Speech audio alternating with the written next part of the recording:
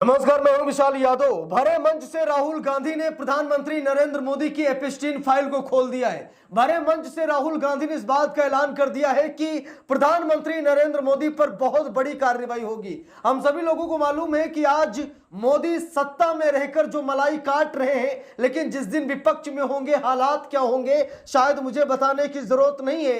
वो पीएम पद से हटने के बाद जेल जाएंगे या फिर कहीं देश छोड़कर भाग जाएंगे, संन्यास ले लेंगे, यानी तरह तरह के लोग कयास लगा रहे हैं। और मोदी जी ने हिंट भी दिया था कि हम तो भिखारी हैं भाई, हम फकीर हैं, झोला उठाएंगे चल देंगे, हमारा क्या। लेकिन झोला इतना बड़ा हो गया है ना मोदी जी कि आप इतनी आसानी से झोला उठाकर नहीं जा पाएंगे। अब दोस्तों, एप्स्टीन फाइल हम सभी लोगों को मालूम है, पीएम मोदी का नाम सामने आया और जेफरी एप्स्टीन एक हैवान था और हैवान के साथ मोदी जी का नाम आना भाई देश के लिए दुर्भाग्य की बात है। यहां तक कि बड़े बड़े नेताओं ने मोदी का इस्तीफा मांग लिया। कितने घटिया कृत्य को अंजाम देने वाले जेफरी एप्स्टीन के साथ मोदी जी का नाम। यहां तक कि मोदी सरकार में मंत्री हरदीप सिंह पुरी ने खुलासा भी किया कि हाँ, मैं मतलब जेफरी एप्स्टीन से मिला हूं। वहां पर हैवानियत की जाती थी, छोटी छोटी बच्चों को नोचा जाता था, उनके जिस्म के साथ खिलवाड़ किया जाता था, प्रेग्नेंट करके छोड़ दिया जाता था, यहां तक कि मानव तस्करी तक की जाती थी। ये शायद मुझे बताने की जरूरत नहीं, आप सभी लोगों को सब कुछ पता है। लेकिन जेफरी एप्स्टीन फाइल में मोदी जी का नाम आया है। अमेरिका ने फाइल लगभग पब्लिश कर दी है, कुछ डेटा अभी नहीं आया है। इसी बात को लेकर राहुल गांधी कह रहे हैं कि जिस दिन हम सरकार में आएंगे ना, प्रधानमंत्री नरेंद्र मोदी पर इतनी बड़ी कार्रवाई करेंगे कि कभी पीएम मोदी ने सपने में भी नहीं सोचा होगा। संविधान को हाथ में उठाकर राहुल गांधी ने जो ललकार दी है, ललकार भरी है, हुंकार जो भरी है, राहुल गांधी ने जो मोदी को ललकारा है ना, उसके वीडियो देखकर आज आप सभी लोग प्रफुल्लित हो जाएंगे और कहेंगे कि कम से कम विपक्ष में रहते हुए राहुल गांधी इतनी बड़ी बात बोल रहे हैं। जरा सोचिए, विपक्ष में रहते हुए राहुल गांधी कह रहे जिस दिन हमारी सरकार बनी पीएम मोदी पर बड़ी कार्रवाई करेंगे। जरा सोच कर देखिए, अगर राहुल गांधी सत्ता में आ गए तो मोदी जी का क्या हाल होगा। क्या झोला उठाकर फकीर जा पाएगा?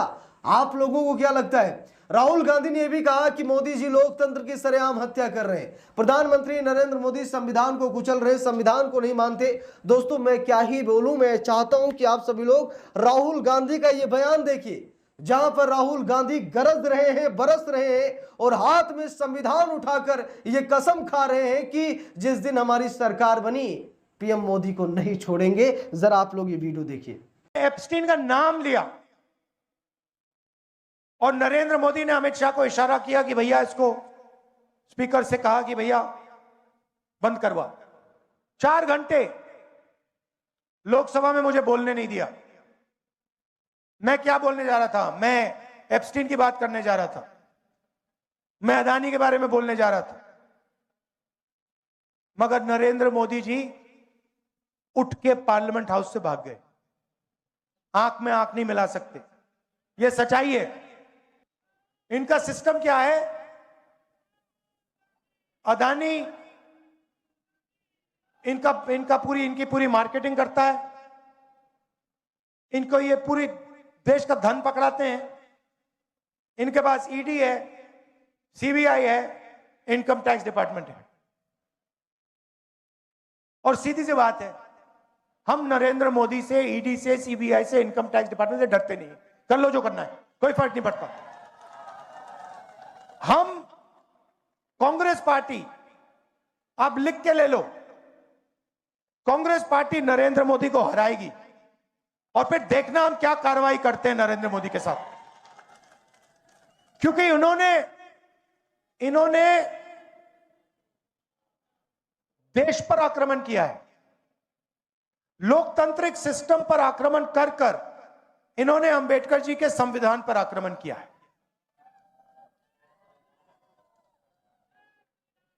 संविधान पर आक्रमण किया है और आपका जो हक है, देश की जनता का जो हक है, जो संविधान में लिखा है, लोकतंत्र आपका हक है, उस पर आक्रमण किया है और लोकतंत्र को इन्होंने खत्म किया है। हम इस बात को नहीं भूलने वाले हैं, चाहे कुछ भी हो जाए। विचारधारा की लड़ाई है और 2 ही विचारधारा इस देश में लड़ती है, राजनीतिक 2 ही विचारधारा है।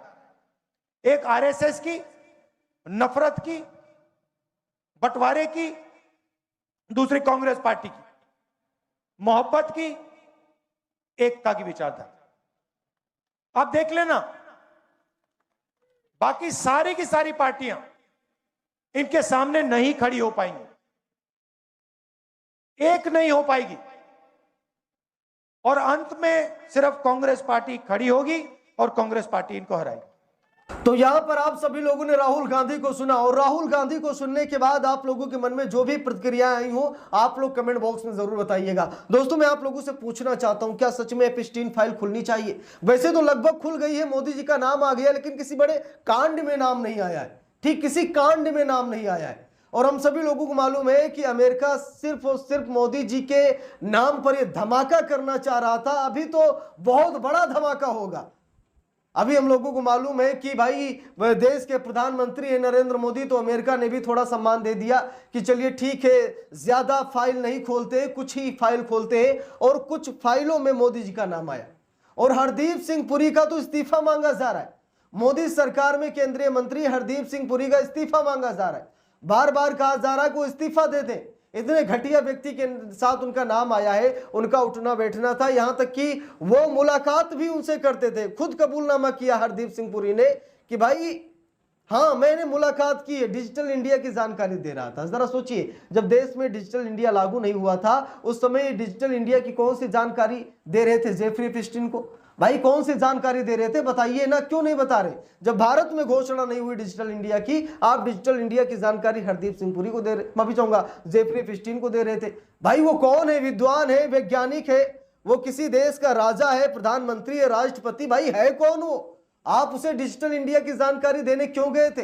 एक हैवान को, हैवानियत की पराकाष्ठा को तार तार करने वाले व्यक्ति को आप गए थे डिजिटल इंडिया की जानकारी देने। इसी बात को लेकर तो समूचा विपक्ष सड़क पर उतरा, संसद में उतरा, इस्तीफे की मांग की, लेकिन मोदी जी ने इस्तीफा नहीं दिलवाया हरदीप सिंह पुरी का। कारण यह था कि अगर हरदीप सिंह पुरी इस्तीफा देते तो इस्तीफा मोदी जी का भी हो जाता। भाई हरदीप सिंह पुरी अकेले बलि के बकरे ना बनते, स्वाभाविक है कि वो भी मोदी जी का नाम ले लेते। और पवन खेड़ा ने तो कहा, कांग्रेस के नेताओं ने कहा कि भाई हरदीप सिंह पुरी तो दलाली का काम करते थे, मेन मोदी थे और मेन थे जेफरी एपिस्टीन। जेफरी एपिस्टीन की बात को मोदी तक और मोदी जी की बात को जेफरी एपिस्टीन तक पहुंचाने का काम हरदीप सिंह पुरी करते थे। कांग्रेस ने खुद एलिगेशन लगाए। और आज राहुल गांधी ने भरी महफिल में, आज राहुल गांधी ने भरी महफिल में जो ऐलान किया है, शायद भाजपा वाले से बर्दाश्त नहीं कर पाएंगे। आज बीजेपी वालों के पेट में दर्द जरूर होगा।